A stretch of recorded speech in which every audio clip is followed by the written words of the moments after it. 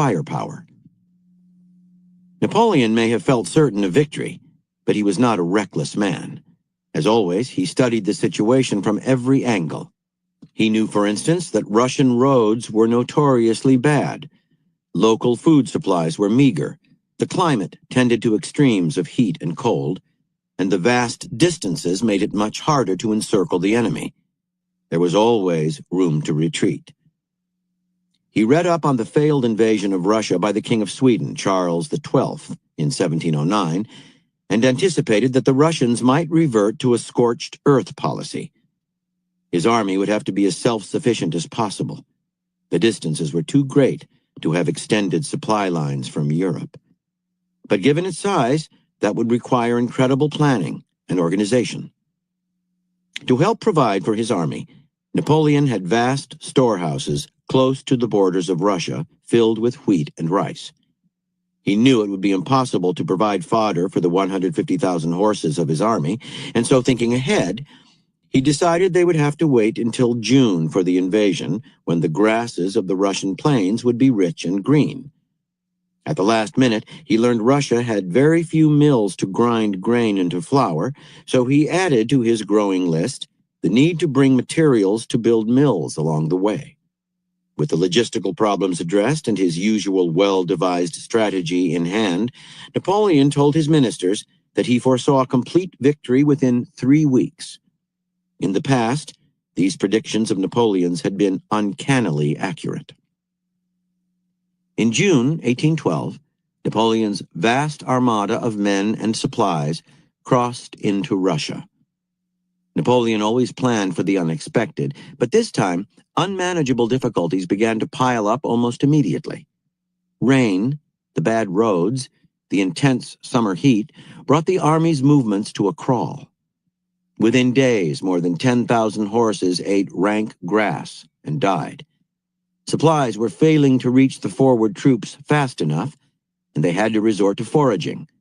But the uncooperative Russian peasants along the march not only refused to sell their food at any price, but burned their hay rather than let the French have it.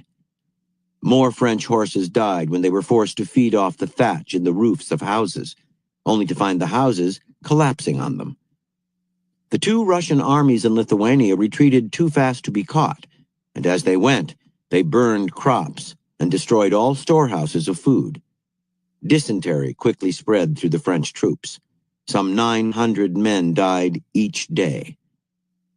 In his effort to catch and destroy at least a part of his elusive enemy, Napoleon was compelled to march ever farther east. At points, he came tantalizingly close to the more northern of the 2 Russian armies, but his exhausted men and horses could not move fast enough to meet or encircle it, and it easily escaped his traps each time. June bled into July. Now it became clear that the Russians would be able to join their 2 armies at Smolensk, over 200 miles east of where Napoleon had intended to fight them, and a mere 280 miles from Moscow.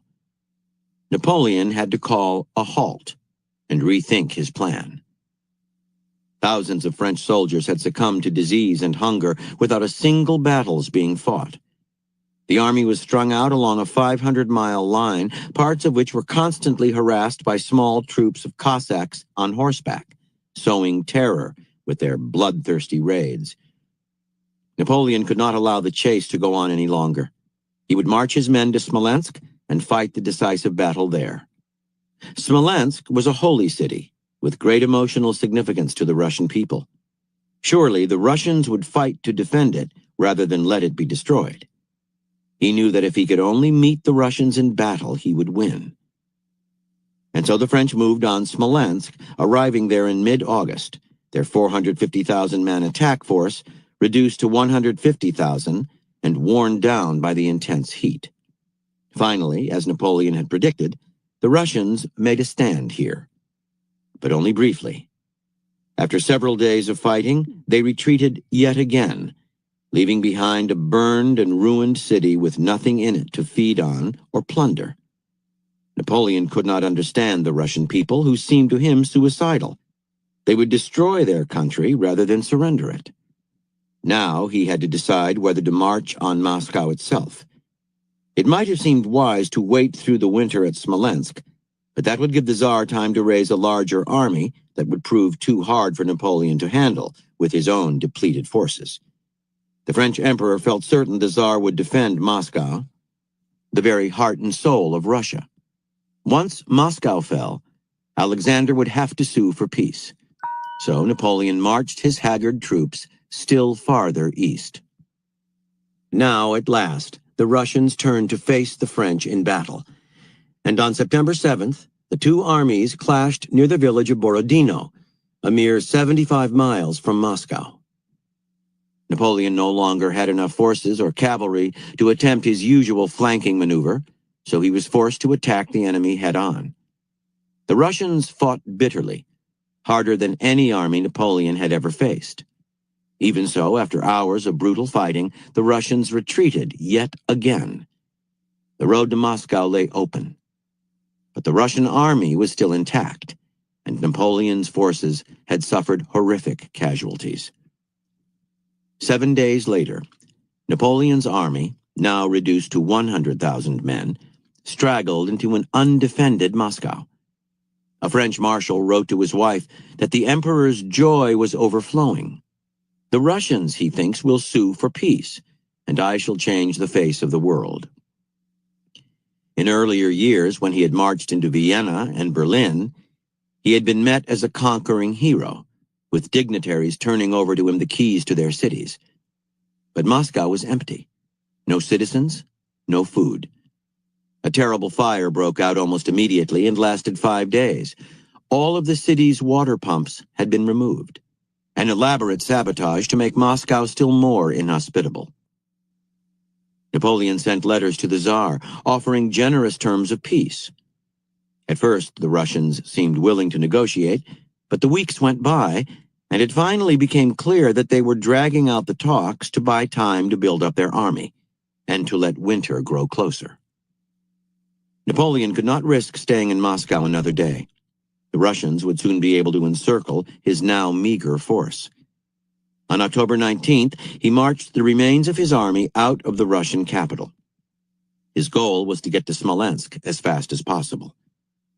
Now those undisciplined bands of Cossacks that had harassed him on the road east had formed into larger divisions, guerrilla forces of 500 men, and every day they killed off more and more French soldiers. Marching in constant fear, Napoleon's men rarely slept. Thousands succumbed to fatigue and hunger.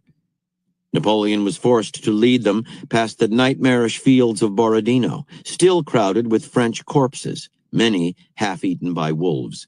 The snow began to fall. The Russian winter set in. The French horses died from the cold, and every last soldier had to trudge through the snow on foot. Barely 40,000 made it to Smolensk. The cold was worsening. There was no time to tarry in Smolensk. Through some deft maneuvering, Napoleon managed to get his troops across the Berezina River, allowing them a clear line of retreat to the west.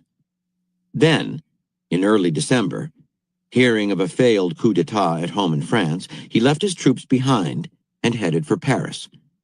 Of the 450,000 men in his main attack force, some 25,000 made it back.